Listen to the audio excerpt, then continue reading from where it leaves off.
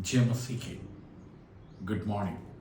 प्रभु का धन्यवाद हो आज के सुबह के लिए जो प्रभु ने मुझे और आपको दिया है। और आज सुबह मैं fake talks with pastor Raju Thomas YouTube channel में आप सबका स्वागत करना चाहता हूँ।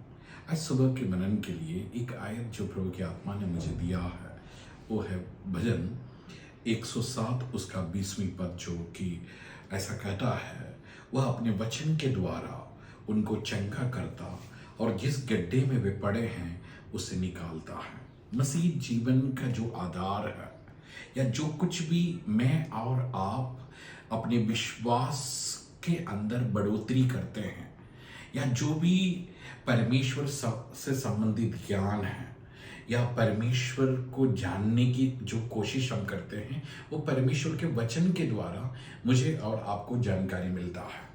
परमेश्वर के वचन दो प्रकार से हैं, एक लोगोस जो लिखा हुआ वचन, दूसरा रेमा जो कि प्रकाशन बोलते हैं, जिसको रेवलेशन बोलते हैं। हालेलुया। मेरे भाइयों में, मेरे बहनों, अगर आप पुराने नियम की किताब को जब आप पढ़ते हैं तो वहाँ पर पहला शमूएल में इस प्रकार से लिखा है कि एली जो भविष्यवक्ता था उसके समय में परमेश्वर का वचन बहुत दुर्लभ हो गया था। इसका मतलब कि परमेश्वर का वचन जो लोगोस वो दुर्लभ हो गया करके नहीं है, वो परमेश्वर का जो रेमा है, जो परमेश्वर का जो वचन का जो प्रकाशन है, जो मेरे और आपके जीवन को बदल देता है, मेरे और आपके जीवन को टोटली परिवर्तित कर देता है। हालेलुया।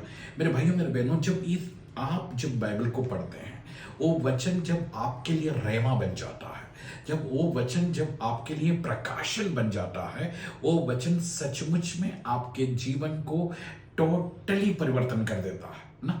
आप 1000 बार बोलिए, यहोवा मेरा चरवाहा है, मुझे कुछ घटी नहीं होगा, फिर भी आपके घर के अंदर घटी हो सकता है। लेकिन ये जो वचन अगर आपके लिए रेवलेशन बन जाए, अगर ये प्रकाशन बन जाए, ये वचन आपकी पूरे लाइफ को बदल देगा। जैसे उसकी खोड़ी कहानी से मैं चंगा हुआ ना, वो मेरे लिए क्रूस पर अपने लहू को बहाया ताकि मैं और आप अपने जीवन की असफलताओं को दूर कर सकें।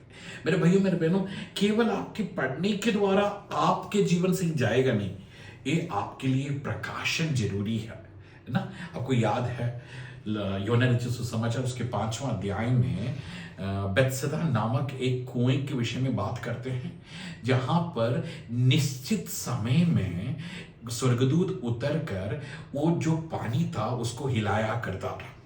और बाइबल इस प्रकार से कहते हैं, उस निश्चित समय में जो भी उस समय पानी पर उतरता था वो तुरंत चंगे हो जाते थे। मेरे भाइयों मेरे बहनों, इसी को प्रकाशन बोलते हैं। जब परमेश्वर का वचन जब बोला जाता है, जब उसको आप रिसीव करते हैं अपने जीवन के अंदर, अपने लाइफ के अंदर, अपने परिवार के अंदर, वो तुरंत आपके जीवन के लिए काम करता है। अगर बेतसदा के जो कुआं है उससे कुछ अगर कोई व्यक्ति पहले उतर जाए, वो तो केवल भीग के अंदर बाहर आएगा। कोई बाद में जाए, वो भी भीग कर बाहर आ जाएगा, लेकिन उनके जीवन में परिवर्तन नहीं होगा।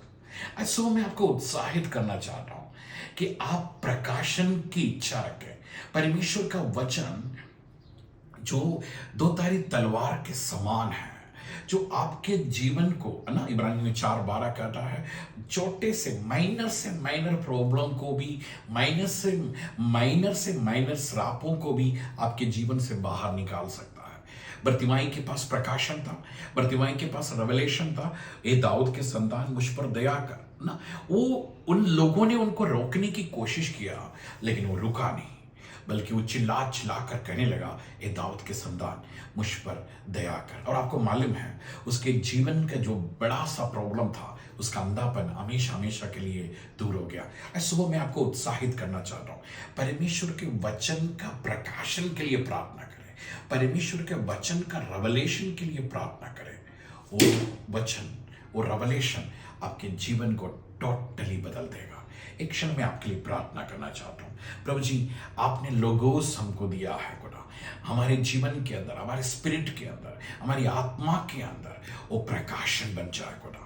प्रभु प्रकाशन बनकर जब वो वचन रेमा बनकर जब लोगों के जीवनों में कार्य करते हैं, प्रभु मैं जानता हूँ वो सचमुच फलों को लेकर आते हैं खुदा। जिस समय हालेलुया बेथसदा कुएं पर जब लोग उतरते थे, लोग तुरंत चंगाइयों को प्राप्त करते थे। उसी प्रकार से वचन का महत्व को लोग जाने, वचन को रिसीव करने की तरीका को जाने, उस प्रकाशन को अपने जीवन के अंदर लेकर आए, ताकि वो अपने जीवन के अंदर आजादी को प्राप्त करने पाए खुदा। Thank you Jesus. धन्यवाद प्रभु जी, आप लोगों को मदद कर खुदा, यीशु मसीह के नाम से आमीन।